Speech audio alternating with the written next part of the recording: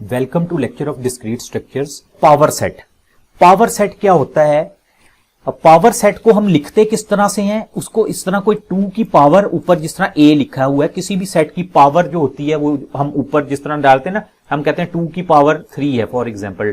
तो ये ऊपर जो 3 लिखा हुआ है, ये क्यूब लिखा हुआ है, ये उसकी पावर है।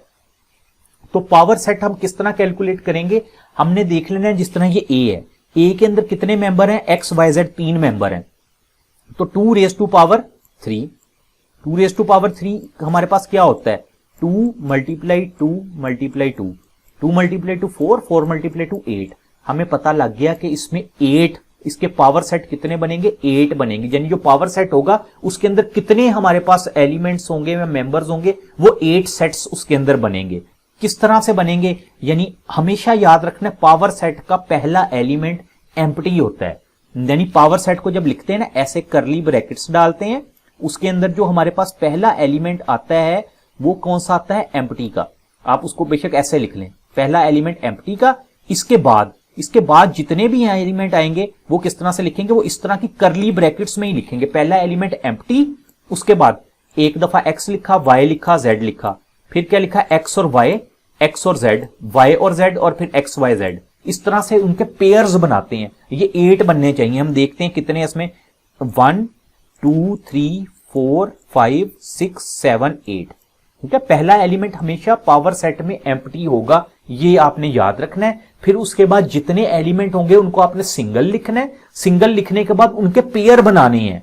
ठीक है, यानी एक्स का वाई के साथ बन गया पेयर, फिर एक्स का जेड के साथ बन गया, फिर वाई का जेड के साथ, और फिर वो सारे इकट्ठे। अच्छा, ये याद रखना, अगर x का y का बनाया है तो y और x का पेयर बनाने की जरूरत नहीं है हमें इसमें। जिस तरह देखें ना, x और y है तो y और x नहीं आपने पेयर बनाना, क्योंकि वो तो फिर रेपिटेशन हो जाएगी ना, वो मैटर नहीं इसमें करेगी पावर सेट में।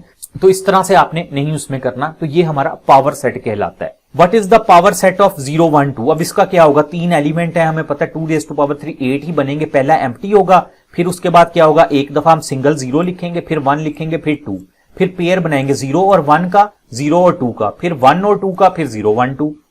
ये देखें, पहला एम्प्टी लिखा, फिर 0 1 2। और ये याद रखना, ब्रैकेट्स अंदर जरूर डालनी है, ब्रैकेट्स में लिखना है इस तरह से सेपरेट करके। इसकी आप रिप्रेजेंटेशन देख लें, पावर सेट को इस तरह से ही रिप्रेजेंट करते हैं। लेकिन जिस तरह मैंने कहा था 0 और 1 का होगा, 0 और 2 का, 1 और 2 का, 0 1 2 इकट्ठा हो गया, 8 मेंबर्स पूरे हो गए।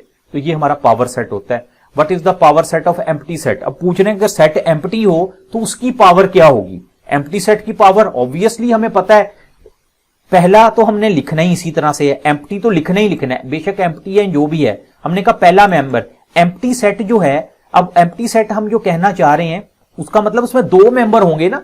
तो यहां पे पहला उन्होंने लिख दिया एम्प्टी, और दूसरा क्या है, एम्प्टी। इस तरह से शो करते हैं ना कि खाली सेट है, कोई भी नहीं है, तो उसके हमने इस तरह से करके 2 मेंबर शो कर दिए कि ये उसके मेंबर होंगे। यानी 2 रेज टू पावर 1 अगर हो तो वो 2 ही होता है हमारे पास, इसलिए हमने ये 2 मेंबर शो कर दिए।